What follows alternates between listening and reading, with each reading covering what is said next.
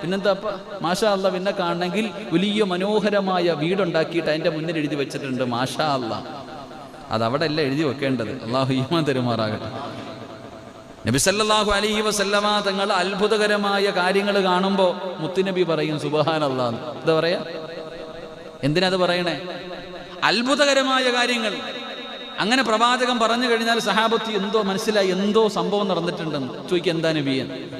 അപ്പം എൻ്റെ പ്രിയപ്പെട്ട സഹോദരങ്ങളെ, എന്തെങ്കിലും അത്ഭുതകരമായ കാര്യങ്ങൾ നടക്കുമ്പോൾ ഇന്ന് ഈ 2-3 കോടി രൂപ മുടക്കിയിട്ട് വലിയ കൊട്ടാരം പണിതിട്ട് അതിൻ്റെ മുന്നിൽ എഴുതി വെച്ചിരിക്കുക മാഷാ അല്ലാഹ്.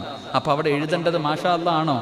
അല്ല, പിന്നെന്ത് എഴുതണം? സുബ്ഹാനല്ലാഹ്. കാരണം ഇവൻ ദുനിയാവ് വാരി കൂട്ടാനുള്ള ഓട്ടമാണ്. ദുനിയാവ് എന്താ കൊട്ടാരങ്ങൾ പണിയുകയാണ്. എന്നാലോചിച്ച് നോക്കിയേ, അത് തൂക്കാനും പിടിക്കാൻ പോലും ഇവൻ എല്ലാ റൂമിലൊന്ന് കയറി ഇറങ്ങും. എന്തിനാ? ആവശ്യത്തിനുള്ളത് വേണം. അള്ളാഹു നമ്മുടെ 6 അടി മണ്ണ് മനോഹരമാക്കി തരുമാറാകട്ടെ. പറമൻഷ അവിടെ അല്ലേ മണ്ണറ മണിയറയാക്കേണ്ടത്.